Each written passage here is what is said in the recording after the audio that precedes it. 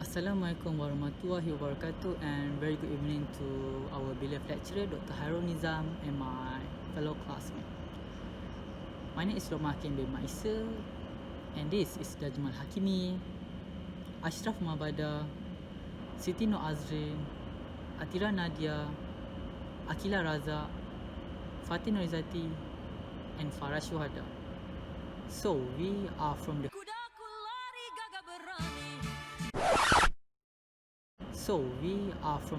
Kulari Gagah Beranis group. We would like to present the topic that has been given by the Dr. Hairul Nizam, which is the topic 2 regarding the responsibility of the individual, corporation and government on ethics.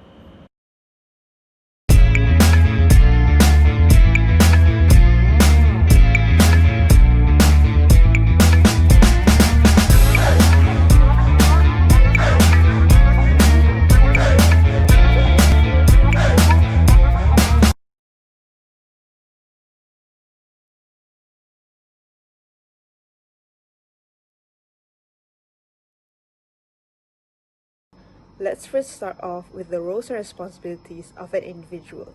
This is a category of philosophy that determines what an individual believes about morality and the rights and wrongs throughout their lives.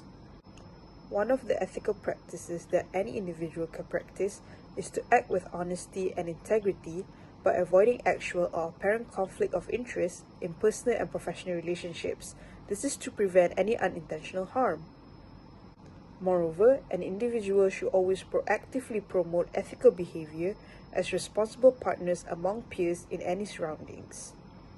Another part of being an ethical individual would be using and controlling the assets or resources given to them responsibly. It is also vital that within a working environment, individuals should report any observed violations or unethical behaviors to a supervisor. As from the point of view of corporation, it is about the process and policies that the company has in order to deal with issues concerning on how the business is being administered and conducted daily. Different corporations may have different ethical practices, but here are some of the common ethical practices. Firstly, it will be between the corporation and its suppliers or clients. This is by maintaining a professional relationship with the supplier of goods and services. Next is between the employees. Corporations are expected to treat their employees with dignity, respect, and justice, and taking into consideration the difference in cultural sensitivity and to not discriminate. This is followed by the ethical practice towards civil society, such as to collaborate with public entities and non-governmental entities and organizations dedicated in improving levels of social attention for disadvantaged persons.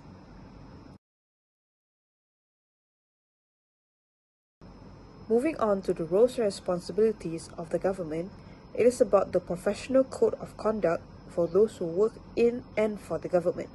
This involves rules and guidelines about the right and wrong behaviors for a host of different groups. This includes elected leaders such as the prime ministers or cabinet ministers, elected representatives such as members of the parliament, political staff, and public servants. The ethical guideline would usually cover issues of honesty and transparency in government, dealing with matters such as bribery, political corruption, police corruption, legislative ethics, regulatory ethics, conflicts of interest, and legal ethics. Listed below are the few ethical examples for this section. Firstly would be serving the public interest. Those who work with the government should be making decisions and acting solely on the public's interest and without consideration of their private interests. An example would be creating more job opportunities or making education and healthcare accessible to everyone. Next is transparency. Civil servants and public officials are expected to use their powers and resources for public good under government policy. They should be accountable for the decisions they make and prepared to justify their actions. Another ethical example for this section would be legitimacy. Those who administer the law are expected to exercise administrative power on behalf of the government or the parliament or other such authority. That power and authority should be exercised legitimately, impartially, and without fear or favor. for its proper public purposes, such as determined by the Parliament or their employer.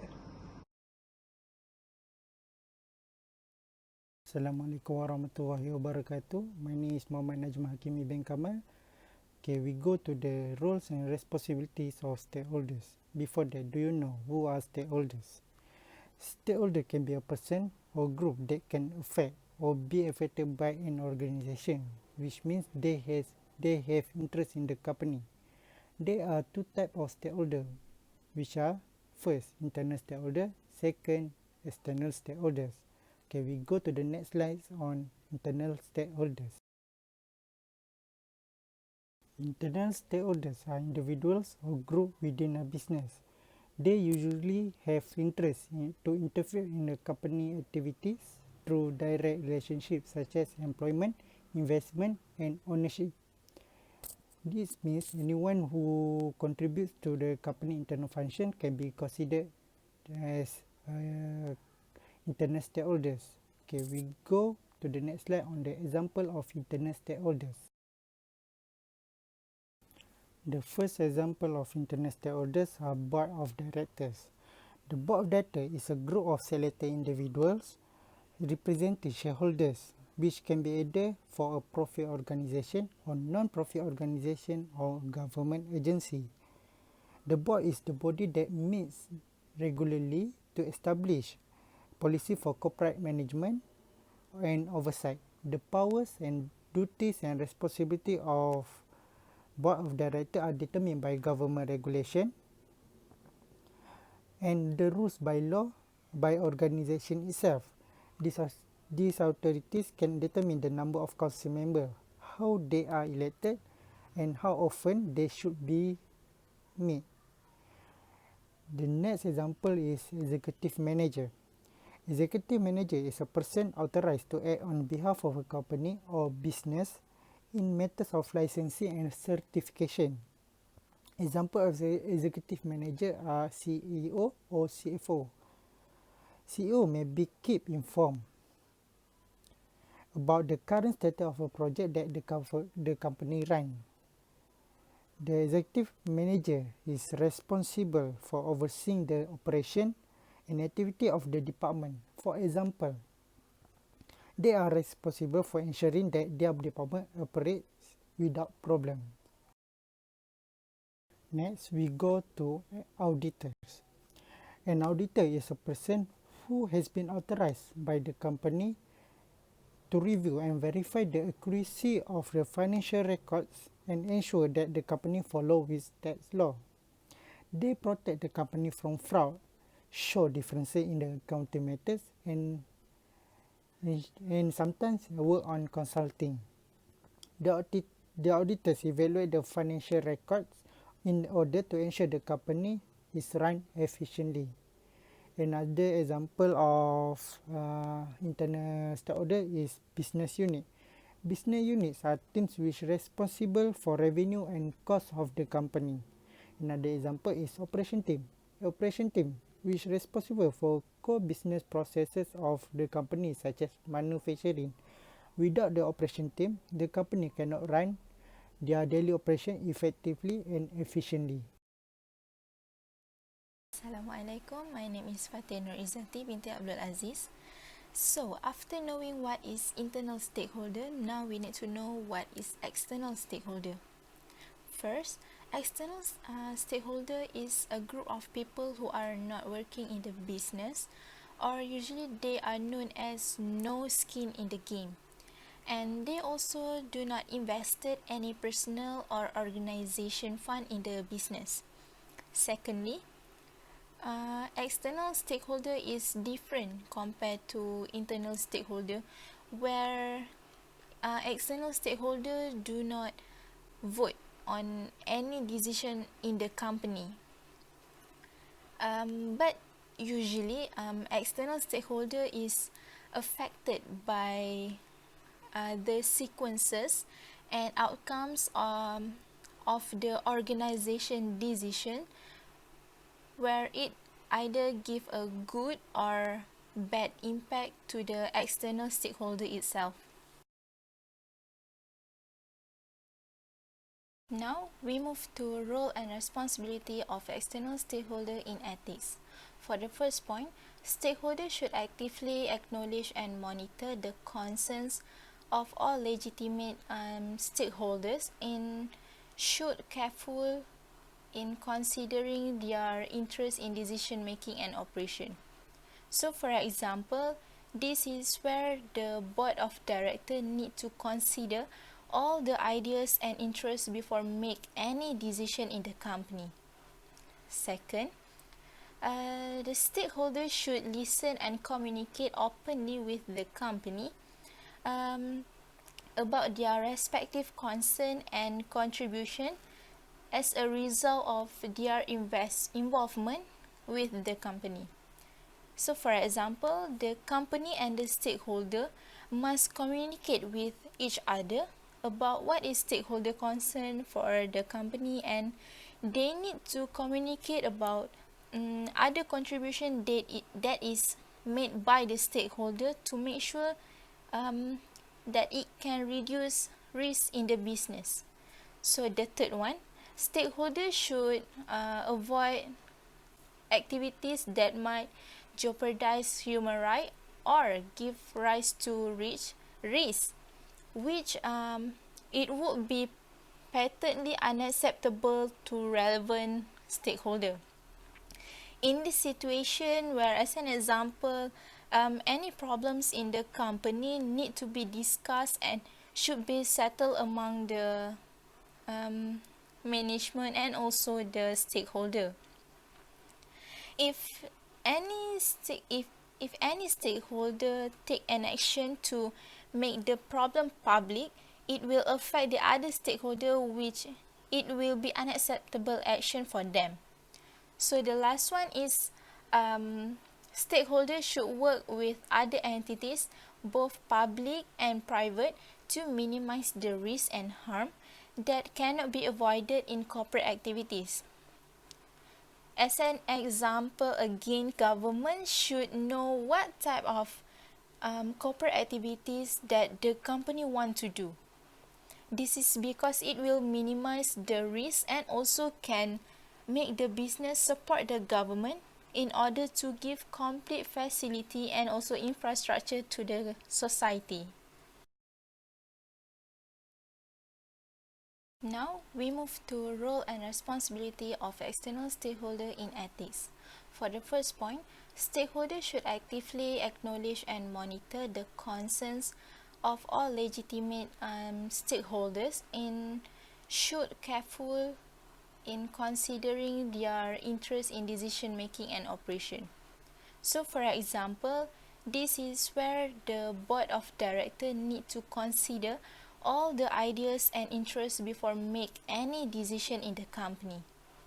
Second, the stakeholders should listen and communicate openly with the company about their respective concern and contribution as a result of their involvement with the company. So for example, the company and the stakeholder must communicate with each other about what is stakeholder concern for the company, and they need to communicate about other contribution that is made by the stakeholder to make sure that it can reduce risk in the business. So the third one, stakeholders should avoid activities that might jeopardize human rights or give rise to risk, which it would be patently unacceptable to relevant stakeholder.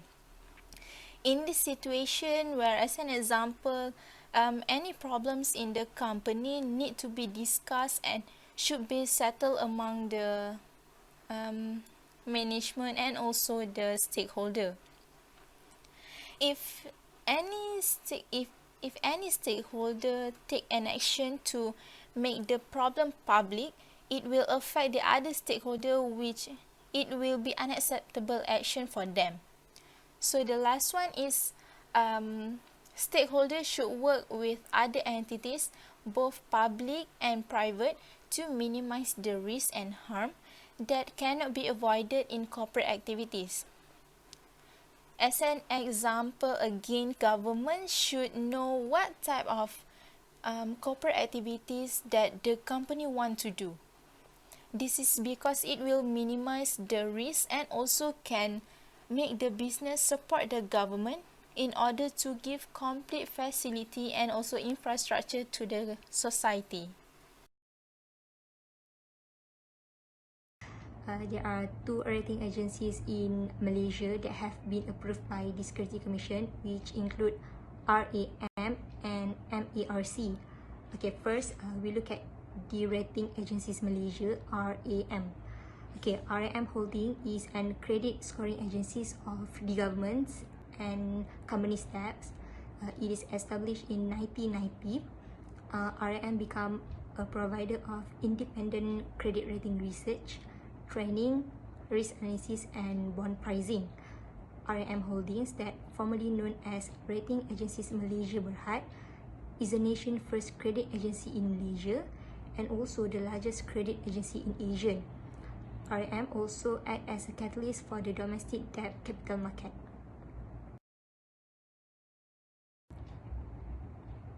Okay, next is roles and responsibility of RAM. Okay, basically RAM have three units of companies which include RAM Rating Services, RAM Sustainabilities, and RAM Solutions. Okay, first we go for Rating Services. Its roles is to support the developments of Malaysia's bond market, and it is well known used by the investors as well as market participants to make business decisions. It is also offer numerous solutions ranging from economic and debt market research, data, and analytics. Okay, second is RAM Sustainability Sdn Berhad, which established in May 2000, have carved reputations in economic advisory, risk management, and project advisory services. Its responsibility is to provide sustainability services to the companies. Last but not least, Rating Solutions Sdn Berhad, established in 2016. They provide independent credits and opinions to the venture listed on the investments account platform known as AIP. For Malaysia Rating Corporation Berhad, known as MARC, this national credit rating institution provide credit ratings on public or private companies and their debt instruments like commercial paper, bond, long-term debt, preferred shares, as well as asset-backed securities. It is also offer industry analysis, rating report, rating indices like Dow Jones, Nasdaq, and S&Ps for issuers and investors locally and globally. As a matter of fact, it is also covers wide range of securities in corporate sectors like energy, oil and gas, construction, building materials, and real estate. MRC also rates financial institutions, state governments, and structured finance transactions. Besides, MRC is a Security Commission's authorized credit rating agency upon its fulfillment of requirements set out in SC's guidelines. Also, it is a BNM approved external credit assessment institutions.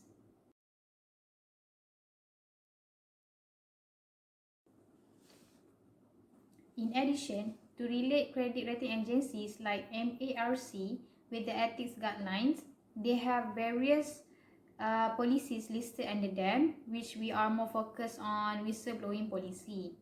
Why they use whistleblowing as the name of this policy is because it is to show the act of drawing public attention.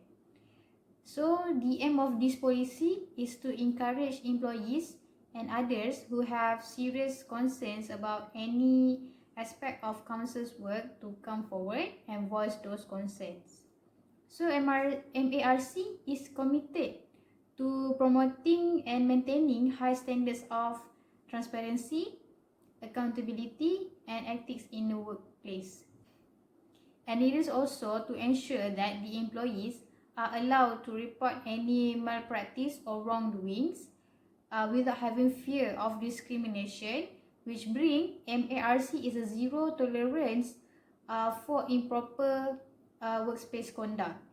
And lastly, dedicated to preserve with mutual workspace respect and proper business behavior, which is very essential to this righteousness and success to the organization.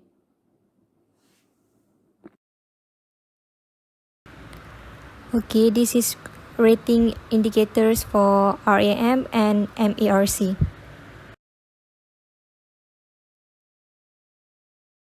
Okay, now we go to the RAM's Code of Ethics and Conduct. There are 9 of it, but I will just state 4 in these presentations. Okay, first, Code of Ethics and Conduct include mass compliance with the law, rules and regulations. It means that all employees must observe the rules and regulations of the country where the RM operated. Second is anti-fraud. Employees must adhere to the highest levels of honesty, integrity and ethics at all times when conducting a business under the RAM's. RAM has zero tolerance against any kinds of fraudulence or any corruptions in the business practice. Okay, third is antitrust violation. RM group support free and fairly competitions and strive to deal with all parties fairly and impartially. Last is privacy, security and freedom of expression. The company's security procedures strictly the access to and use the user's personal information and require that all employees take measures to protect users' personal information from unauthorized access. Before we going through to the roles and responsibility of BNM as a regulator on the ethics in financial institution, let's recap on the introduction of BNM. As we know, most of the countries in the world have their own central bank, and in Malaysia, we have Bank Negara Malaysia. BNM is a statutory body that introduced on 26 January 1959. BNM is governed by the Central Bank of Malaysia Act 2009. The role of BNM is to promote monetary and financial stability. Besides that, BNM also responsible to develop a financial system infrastructure in Malaysia. BNM responsible to serve as a banker and also provide a guideline for all the banking and financial institutions in Malaysia. Moreover, BNM also serve as a banker and advisor to the government. Okay, now let me continue to the roles and responsibility of Bank Negara Malaysia on ethics in financial industry. So, BNM is responsible to play their role in these 3 segments, which are regulation, supervision and enforcement. First, let me go through to regulation. As a regulator, BNM has a crucial role on ethics in finance. As part of their process to implement ethics in this industry, BNM will introduce a regulation that will provide a guideline to the organization or the institution to implement this behavior in their operation. For example, in 2016, BNM has issued updated corporate governance which the focus on behavioral aspect of governance on that time was to strengthen it through specific expectation for ethical culture to be immersed within financial institutions. Next is supervisory function. BNM will monitor financial institutions to practice and cultural ethics within organization as part of their complementary to their regulatory effort. This function help BNM to ensure either the organization implement the ethics or not, or and at the same time can measure whether the ethics implement are effective. Lastly is an enforcement. With the regulation introduced by BNM, BNM need to ensure that the regulation was enforced effectively. This is because effective enforcement will contribute in influencing a positive culture within the industry and also at the same time serve as a credible deterrent against misconduct. Now, we will proceed with the SCM. Securities Commission is a self-funded statutory body under the Ministry of Finance with the responsibility to regulate and to promote the development of Malaysian capital market. It was established on the 1st March 1993 under the Securities Commission Act 1993.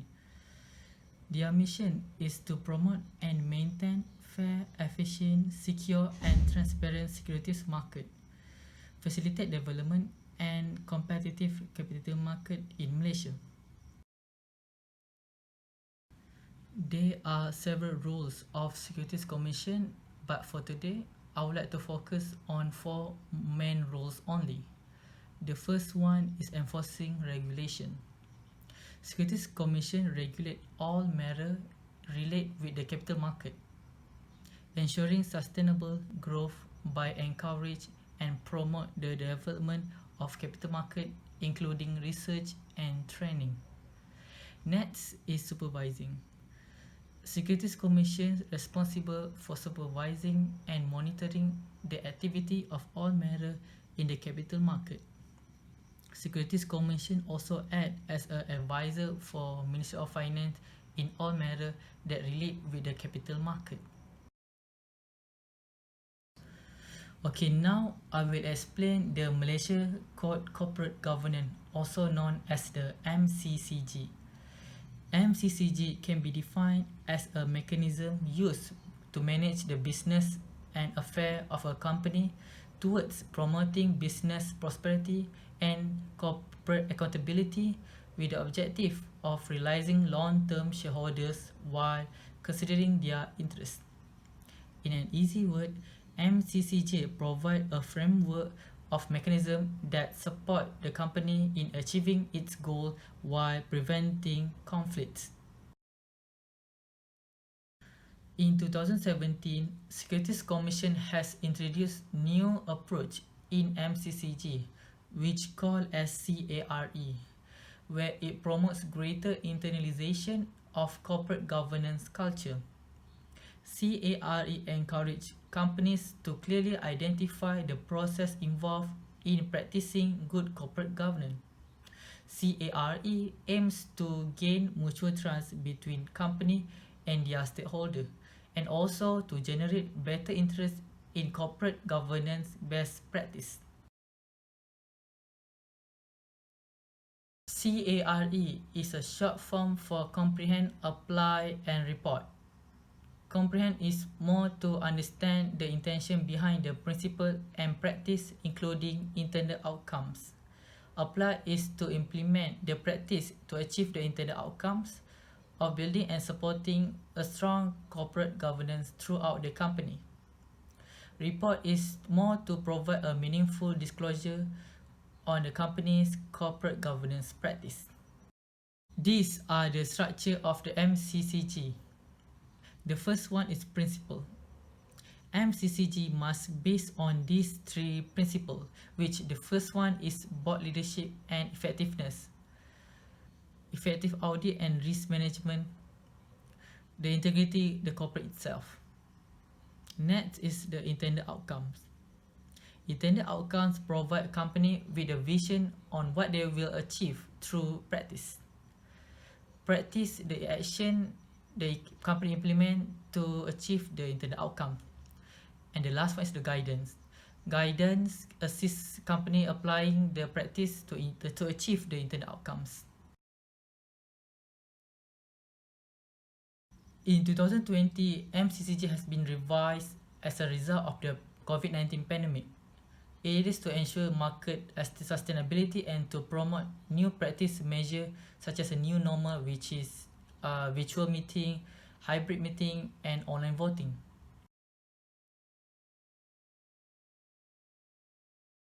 Warahmatullahi wabarakatuh. I'm Siti Nofara Syuhada binti Abdul Razak. So moving on to my part, which is MSWG. What is MSWG actually? MSWG is Minority Shareholder Watch Group. Okay, this group was established as government initiative in 2000 as part of broader capital market. The main responsibility is to protect the interests of minority shareholder through shareholders activism, and the reason is to raise shareholders value over time. Okay, the second one is to set up awareness among minority shareholders of their basic right. There are 3 basic rights, including right to seek the information, right to voice out opinion, and right to redress.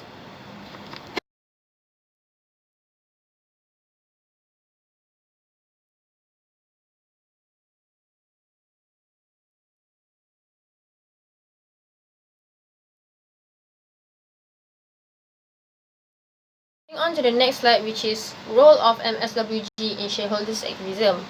There are 3 important role, including provide the advisory and proxy voting services, provide the corporate representative services, and conduct the series of education program. The first one is to provide the advisory and proxy voting services. MSWG will provide it to the dispersed shareholder and raises issue behalf of the individual shareholder at the annual grand meeting. For your information, dispersed shareholder is the shareholder with the highest percentage of ownership in the particular company. Means that they are one of the most important shareholder in the company. The second one is to provide corporate representative services for shareholder. Means that the MSWG will actively represent themselves behalf of investor during PLC, which is public listed company general meeting. They will act behalf of the investor during the meeting. Okay, the third one is the conduct series of education program for the investor or shareholder. MSWG will educate the public to be an informed investor and capable to exercise the right effectively. Means that they want the investor or shareholder full with knowledge, so that the investor or shareholder are able to exercise their right effectively.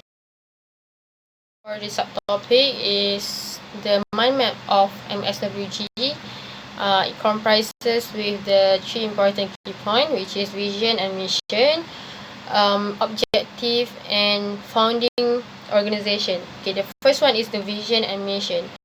The vision of MSWG to be recognized and respected organization in promoting governance. Okay, the mission for this organization is to increase sustainable shareholder value in company through engagement with the relevant stakeholder.